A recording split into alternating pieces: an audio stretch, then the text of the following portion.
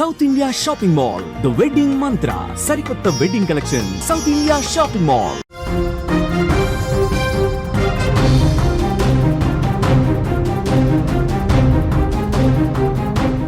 War zone breaking చూస్తున్నాం. Russia యుక్రెయిన్కి సంబంధించిన వార్కు సంబంధించిన లేటెస్ట్ అప్డేట్స్ మనం చూస్తున్నాం. 479 డ్రోన్లతో యుక్రెయిన్పై రష్యా దాడి చేసింది. యుక్రెయిన్పై 19 మిసైల్స్ను రష్యా ప్రయోగించింది. మిడిల్ వెస్ట్ యుక్రెయిన్ టార్గెట్గా రష్యా దాడులు చేసింది. యుద్ధం మొదలైన తర్వాత ఇదే అతిపెద్ద డ్రోన్ దాడిగా తెలుస్తోంది. దాడుల్లో 12,000 మంది పౌరులు చనిపోయినట్టుగా ఐరాసో కూడా ప్రకటించింది. యుక్రెయిన్ అధికారికంగా ప్రకటన చేసింది 12,000 మంది పౌరులు ఈ యుద్ధం కారణంగా చనిపోయినట్టుగా చెప్తుంది. కానీ రష్యా మాత్రం దీన్ని ధృవీకరించట్లేదు. మేము కేవలం సైనిక స్థావరాల మీద దాడులు చేస్తున్నాం, సాధారణ పౌరుల మీద మేము దాడులు చేయట్లేదు అని చెప్పి చెప్తున్నప్పటికీ కూడా ఇటు ఐరాసా కావచ్చు, యుక్రెయిన్ కావచ్చు ఇస్తున్నటువంటి ఇన్ఫర్మేషన్, ఈ యుద్ధం ప్రారంభమైన తర్వాత ఈ 3 సంవత్సరాల్లో 12,000 మంది యుక్రెయిన్ పౌరులు చనిపోయారన్నట్టుగా తెలుస్తోంది. ఇక ఈ రష్యా యుక్రెయిన్ వార్ ఇప్పట్లో ఆగే పరిస్థితి లేదు. ఎప్పుడైతే యుక్రెయిన్ డ్రోన్లతో పెద్ద ఎత్తున దాడులు చేసిందో, 41 యుద్ధ విమానాలని ధ్వంసం చేసినటువంటి పరిస్థితి ఉందో, అప్పటి నుంచి కూడా రష్యా ప్రతీకారేచ్ఛతో రగిలిపోతున్నటువంటి పరిస్థితి ఉంది. ఈ 3 సంవత్సరాల కాలంలో రష్యా అతిపెద్ద డ్రోన్ దాడి చేసింది. 3 ఏళ్లలో ఎప్పుడు లేనంతగా 479 డ్రోన్లతో యుక్రెయిన్పై విరుచుకుపడిందంటే ఎంత ప్రతీకారంతో రష్యా యుక్రెయిన్ మీద రగిలిపోతుందనేది చాలా స్పష్టంగా అర్థం చేసుకోవాల్సినటువంటి విషయం. ఈ వార్కి సంబంధించి లేటెస్ట్ డీటెయిల్స్ సంబంధించి కొంత లోతుగా మాట్లాడే ప్రయత్నం చేద్దాం. న్యూస్ రూమ్ నుంచి ఎడిటర్ తిరుమల్ లైవ్లో జాయిన్ అయ్యారు. తిరుమల్, రష్యా తాజాగా చేసినటువంటి దాడిని బట్టి మనకు చాలా స్పష్టంగా అర్థమవుతుంది ఎంత సీరియస్గా ఈ యుద్ధం మీద కాన్సన్ట్రేట్ ఇప్పుడు చేసింది అనేది. ఏం చెప్తారు మీరు?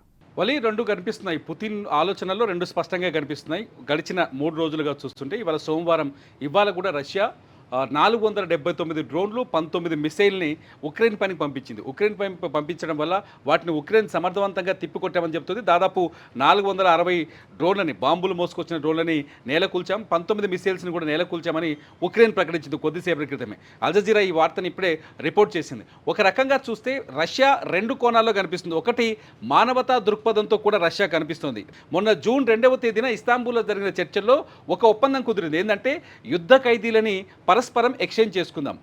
రెండోది వచ్చేసి యుద్ధంలో మరణించిన వీరుల మృతదేహాల్ని కూడా పరస్పరం ఎక్స్చేంజ్ చేసుకుందామని. ఈ ఒప్పందానికి రష్యా కట్టుబడి ఉందని పుతిన్ నిన్న ప్రకటించారు.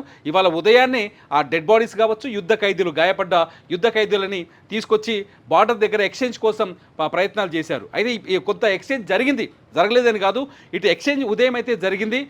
ఉక్రెయిన్కి సంబంధించిన యుద్ధ ఖైదీల్ని అప్పగించినట్టు జెలెన్స్కీ తన ట్వీట్ చేశారు. భవిష్యత్తులో కూడా ఇటువంటి ఎక్స్చేంజ్లు జరగాలని కోరుకుంటున్నాం. అంతేకాదు, రష్యాతో పూర్తి స్థాయి సీజ్ ఫైర్ ఒప్పందం కావాలి, దీనికి డొనాల్డ్ ట్రంప్ సపోర్ట్ చేయాలని కూడా ఇవాళ జెలెన్స్కీ తన ట్వీట్ టెలిగ్రామ్లో ఆయన కొంత మెసేజ్ పంపించారు. అయితే పుతిన్ మాత్రం చాలా స్పష్టంగా ఉన్నట్టుగా తెలుస్తోంది. ఏదైతే ఆపరేషన్ స్పైడర్ వెబ్ ఉందో దానిపైన ఇంకా ప్రతీకారం తీరలేదు అనే ధోరణితో కనిపిస్తున్నారు పుతిన్ చాలా స్పష్టంగా. ఎందుకంటే ఉక్రెయిన్ తమ భూభాగంలోకి వచ్చి ఉగ్రవాద చర్యకి పాల్పడ్డది, దొంగ దెబ్బ కొట్టింది. మా దగ్గరకు వచ్చి మా భూభాగంలో మేము అటువంటి నీతిమాలిన పనులు చేయలేదు అని పుతిన్ అప్పట్లో ట్రంప్కి ఏదో తేల్చి చెప్పారు. దానికి ప్రతీకారం తీర్చుకుంటామని చెప్పారు. నిన్న కూడా 2 రోజుల క్రితం కూడా నిన్న కూడా ఉక్రెయిన్ రష్యాలో మరో 5 వైమానిక స్థావరాలు, వాళ్ళ ఏదైతే ఈ ఆయిల్ రిజర్వ్డ్ ప్లేస్లు ఉంటాయి కదా, ఏది మన క్రూడ్ ఆయిల్ రిజర్వ్ ప్లేస్ల పైన కూడా దాడి చేసింది, డ్రోన్ దాడి చేసింది ఉక్రెయిన్. అటు దాడులు చేస్తూనే ఇటు శాంతి చర్చలు కావాలంటుంది. ఉక్రెయిన్ అటు బాంబులు వేస్తూనే ఇటు మమ్మల్ని కాపాడండి అని ప్రపంచాన్ని అడుగుతుంది. ఉక్రెయిన్ అక్కడ రక్తపాతాన్ని సృష్టిస్తూనే, అంటే రష్యా పైన అటాకులు చేస్తూనే ప్రపంచ దేశాలు, యూరప్ కావచ్చు లేకపోతే అమెరికా కావచ్చు, మాకు మద్దతు ఇవ్వాలని కోరుకుంటుంది. రష్యా కూడా ఆల్మోస్ట్ ప్రతీకార దాడులకు దిగిపోతుంది. ఉక్రెయిన్ దాడి చేసిన ప్రతిసారి రివర్స్ అటాక్ చేయబోతుంది. నిన్న ఉక్రెయిన్ మొన్న వీళ్ళ ఆయిల్ స్థావరాలపైన లేకపోతే వీళ్ళ ఆయిల్ భాండాగారాలపైన దాడి చేస్తే, ఇవాళ రష్యా ఎదురు దాడిలో భాగంగా, ప్రతీకార దాడిలో భాగంగా 479 అధునాతన డ్రోన్లతో బాంబుల వర్షం కురిపించే ప్రయత్నం చేసింది.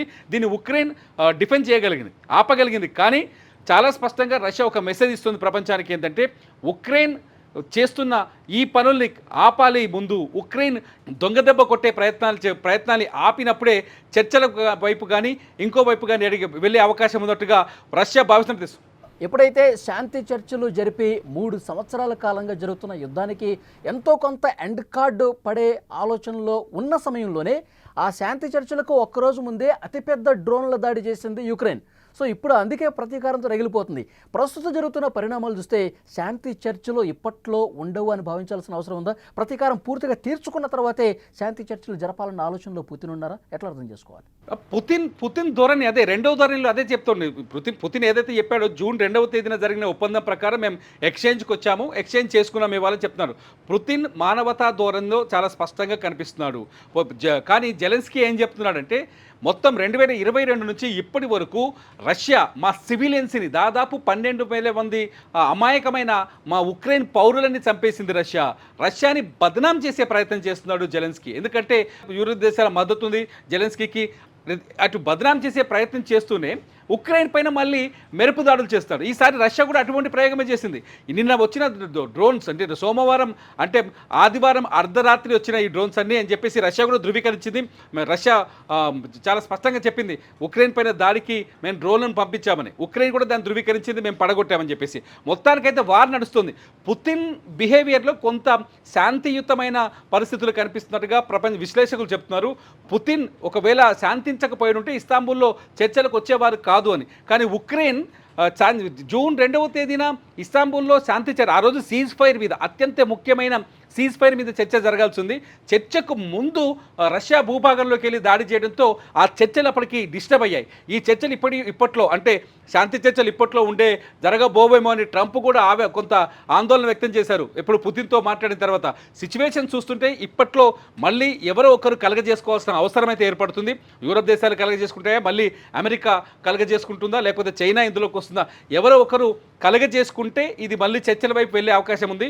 చాలా స్పష్టంగా అర్థమవుతుంది. రెండు దేశాల ధోరణి చూస్తుంటే రెండు దేశాలు అలాంటి సిచ్యువేషన్ ఏమన్నా కనిపిస్తుందంటారా? లేకపోతే ఇది మరింత సీరియస్గా మారిపోయి మూడో ప్రపంచ యుద్ధం వైపు దారితీసే పరిస్థితులు ఏమైనా ఉన్నాయి? ఎందుకంటే జర్మనీ కూడా భవిష్యత్తును ముందుగానే అంచనా వేసి అక్కడ ఆ యుద్ధం ఒకవేళ సంభవిస్తే కనుక రష్యా చాలా విపరీతమైనటువంటి దాడులు చేస్తే కనుక దాన్ని తప్పించుకోవడానికి బంకర్లు ఏర్పాటు చేసుకోవడం కావచ్చు, తమ పౌరుల్ని కాపాడుకునే ప్రయత్నాలు ఇప్పటి నుంచే మొదలు పెట్టేసింది. అంటే దీన్ని ఏ విధంగా అర్థం చేసుకోవాలి మనం? వలి ఒక రకంగా ఆలోచించాలంటే మొన్న జూన్ 2వ తేదీన ఆపరేషన్ స్పైడర్ వెబ్ జరిగిన తర్వాత ఇది మూడో ప్రపంచ యుద్ధం వైపు దారితీసే అవకాశం ఉందనే చర్చ అయితే ప్రపంచవ్యాప్తంగా జరిగింది. ఒకసారి మనం డిజిటల్ మీడియాలోకి వెళ్ళి చూసినా, ఇతర వరల్డ్ మీడియా ఒపీనియన్స్ ఒకసారి చూసినా మనకు చాలా స్పష్టంగా అర్థమవుతుంది. థర్డ్ వరల్డ్ వార్ అని క్వశ్చన్ మార్క్తో చాలామంది చాలా వార్తల్ని ప్రసారం చేశారు. ఆ రోజు అటువంటి సిచ్యువేషన్ ఉండే పుతిన్ చాలా తీవ్రంగా స్పందిస్తాడు. పుతిన్ ఖచ్చితంగా ఉక్రెయిన్ భస్మం చేసేస్తాడు, బూడిద చేసేస్తాడు. ఎందుకంటే పుతిన్ తట్టుకోలేని విధంగా ఈ అటాక్ జరిగిందని చెప్పేసి ఆ చర్చ జరిగింది.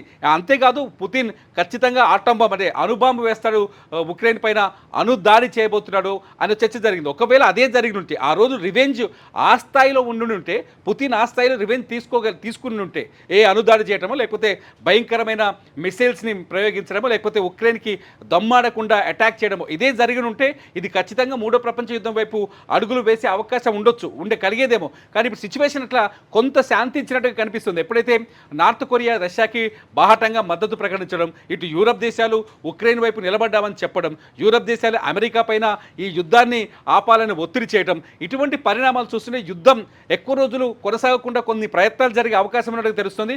అది రెండు దేశాల మధ్య ఒక స్పష్టమైన చర్చ జరగాల్సిన అవసరం ఉంది ఏది సీజ్ ఫైర్ కోసం. కానీ రెండు దేశాల్లో కొంత ప్రతీకారం కనిపిస్తుంది. ఒక దేశం పైన ఒక దేశం. నిన్న ఉక్రెయిన్ పైన నిజానికి రష్యా నిన్న రాత్రి 1 గంట తర్వాత దాడి జరిగినట్టుగా అక్కడ మీడియా, ఇంటర్నేషనల్ మీడియా రిపోర్ట్ చేస్తుంది.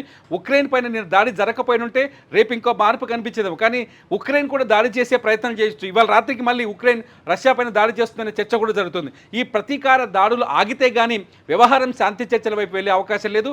ఒకవేళ ఈ ప్రతీకారం మళ్ళీ ఏదో ఒక రకంగా మళ్ళీ బర్న్ అయిపోయి భారీ ఎత్తున దాడులకు పాల్పడితే మాత్రం ఇది మూడో ప్రపంచ యుద్ధం వైపు అడుగు వేసే అవకాశం కూడా ఉండొచ్చని చెప్పొచ్చు. ఎందుకంటే యూరప్ దేశాలు ఖచ్చితంగా రష్యా తమ పైన ఏ క్షణమైన దాడులు చేయొచ్చనే ఆలోచనలో ఉన్నాయి. మీరు అన్నారు జర్మనీ కాదు, పోలాండ్ కావచ్చు, ఫిన్లాండ్ కావచ్చు, నార్వే కావచ్చు, వీళ్ళందరూ ఆల్రెడీ రెడీగా ఉన్నారు. యూరప్ దేశాలన్నీ వాళ్ళ దేశ పౌరులకి ఆల్రెడీ వాళ్ళకి ఇవ్వాల్సిన సూచనలు, వాళ్ళకి ఇవ్వాల్సిన డైరెక్షన్స్ ఆల్రెడీ ఇచ్చి పెట్టున్నారు.